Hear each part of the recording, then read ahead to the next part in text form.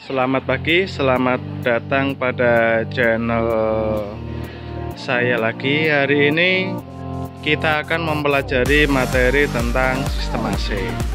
Nah, ini di depan kita sudah ada satu unit trainer dari sistem AC yang akan kita pelajari. Di sini ada beberapa komponen pada sistem AC. Sekarang AC ini menggunakan satu komponen yang namanya freon. Freonnya jenisnya yang kita pakai sekarang adalah R134A.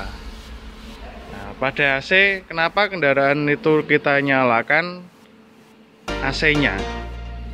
Rasanya itu menjadi dingin di dalam ruang kabin. Nah, ini terjadi karena adanya perubahan wujud dari freon, yaitu dari yang dia cair berubah menjadi gas. Dengan adanya penguapan freon ini, maka freon akan mengeluarkan hawa yang dingin. Biasanya freon ini bisa menguap pada suhu sekitar 40 derajat Celcius.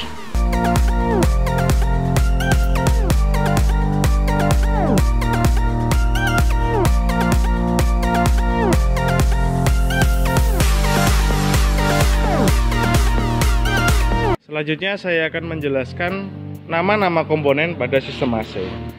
Komponen pertama ini disebut dengan kompresor. Berikutnya yang kedua, yang seperti radiator ini adalah kondensor. Komponen yang ketiga seperti tabung di sini. Nah, ini adalah receiver dryer. Berikutnya yang keempat, ini ada expansion valve. Berikutnya yang kelima, di sini di dalamnya ini berupa evaporator. Dan yang keenam, ini seperti kipas di sini ada dua. Ini adalah blower atau motor blower. Nah, berikutnya di sini ada dua buah pengaturan, yaitu yang pertama ada temperatur speed control dan juga ada air speed control. Ini digunakan untuk mengatur kecepatan dari putaran kipas, sedangkan yang ini digunakan untuk mengatur tingkat kedinginan. Apakah kita mau buat ruang dalam kabin ini sangat dingin atau dingin ya. Jadi pengaturannya nanti ada di sini ya. Dari low ke high maka dia akan semakin panas. Lanjut kita ke komponen lagi, ke fungsinya. Di sini ada kompresor tadi ya. Fungsi dari kompresor ini adalah untuk menaikkan tekanan pada refrigeran. Kenapa tekanan harus dinaikkan? Tekanan ini dinaikkan supaya refrigeran bisa tersirkulasi dalam sistem AC. Yang kedua, efek dari penaikan tekanan, maka refrigeran di sini akan mempunyai suhu lebih tinggi, lebih panas. Jadi refrigeran yang ada di kompresor ini sifatnya adalah gas bersuhu tinggi dan bertekanan tinggi. Kita harus hati-hati dalam memasukkan refrigeran. Jangan sampai kita memasukkan refrigeran dalam bentuk cairan itu langsung masuk ke dalam kompresor, karena akan mengakibatkan kerusakan pada kompresor. Nah, komponen yang kedua adalah kondensor. Kondensor letaknya biasanya ada di bagian depan. Fungsinya hampir sama dengan radiator, cuman ada sedikit perbedaan. Nah, perbedaannya adalah kalau radiator dia hanya berfungsi untuk mendinginkan air panas menjadi air dingin. Sedangkan di kondensor ini dia akan berfungsi untuk selain untuk mendinginkan refrigeran, dia juga nanti akan terjadi kondensasi di sini. Dengan adanya kondensasi, maka gas refrigeran yang panas masuk dari sini. Gas refrigeran yang panas masuk ke sini, nanti akan didinginkan. Setelah sampai ke bawah, dia bentuknya sudah tidak lagi gas, tapi sudah menjadi cairan refrigeran.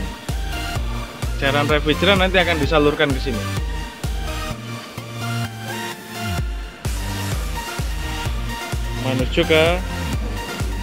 Menuju ke reservoir dryer. Nah, ini adalah reservoir dryer. Di reservoir dryer nanti cairan refrigeran akan disimpan atau ditampung sementara. Setelah itu juga dia akan dipisahkan dari uap air dan kotoran. Uap air dia tidak boleh ikut tersirkulasi pada sistem, karena uap air ini sifatnya sangat berbeda dengan refrigeran. Karena ketika refrigeran kita panaskan, dia mengeluarkan suhu dingin. Sedangkan kalau air kita panaskan, yang keluar adalah suhu panas. Ya, jadi dengan adanya air yang mengalir di dalam sistem AC, nanti AC kita tidak akan dingin atau menjadi panas. Berikutnya yang kedua adalah fungsi dari reservoir dryer ini adalah untuk menyaring dari kotoran dan debu.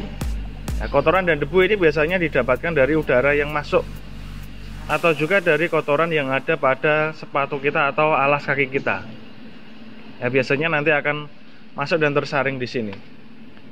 Ya. Dengan adanya fungsi penyaring ini, maka nanti dapat menghambat terjadinya sumbatan pada evaporator maupun pada kondensor. Ya, karena dua komponen itu letaknya sangat sempit ya. Dia bisa tersumbat. Selain itu, di reservoir dryer ini juga terdapat siglas ini. Ini fungsinya kita bisa mendeteksi apakah aliran dari freon ini normal atau tidak. Apakah jumlah freonnya cukup atau kurang, dan apakah ada air yang ikut tersirkulasi atau tidak. Itu nanti kita bisa lihat ketika AC dinyalakan pada reservoir dryer. Berikutnya, expansive valve. Fungsinya adalah untuk melepaskan kompresor dan melepaskan refrigeran dan merubah refrigeran yang awalnya berupa cair menjadi gas refrigeran. Ya, dengan adanya expansive valve ini akan membuat penguapan pada refrigeran. Dengan adanya penguapan ini, maka suhu pada refrigeran akan menjadi sangat dingin. Ya, karena terjadi perubahan tadi dari yang cair dia menjadi gas. Nah, efeknya di dalam evaporator ini, evaporator sebetulnya bentuknya hampir sama dengan kondensor, cuman tugasnya yang berkebalikan.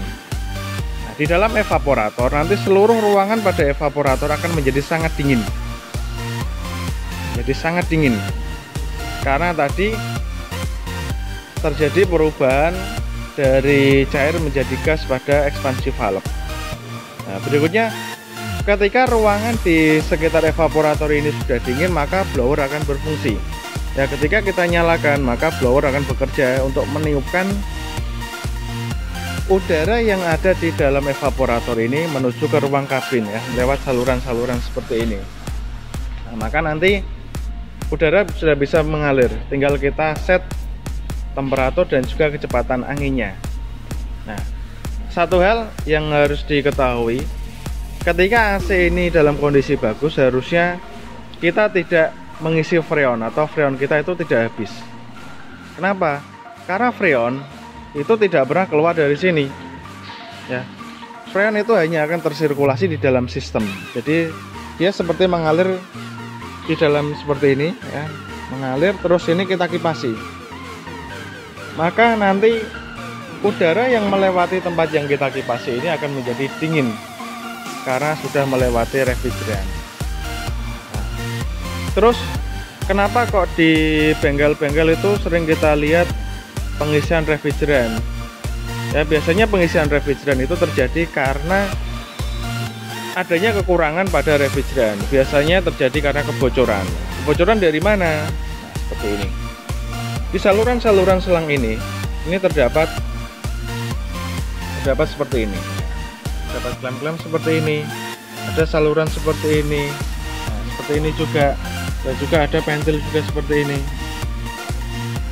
Nah, biasanya tempat-tempat ini yang menyebabkan kebocoran. Karena adanya kebocoran, maka secara otomatis refrigeran akan keluar. Ini yang membuat kenapa refrigeran itu kok bisa habis. Walaupun sebetulnya kalau instalasi kita bagus, maka refrigeran itu harusnya tidak habis. Oke, sampai sini dulu. Nanti kita akan lanjutkan ke cara kerjanya. Terima kasih.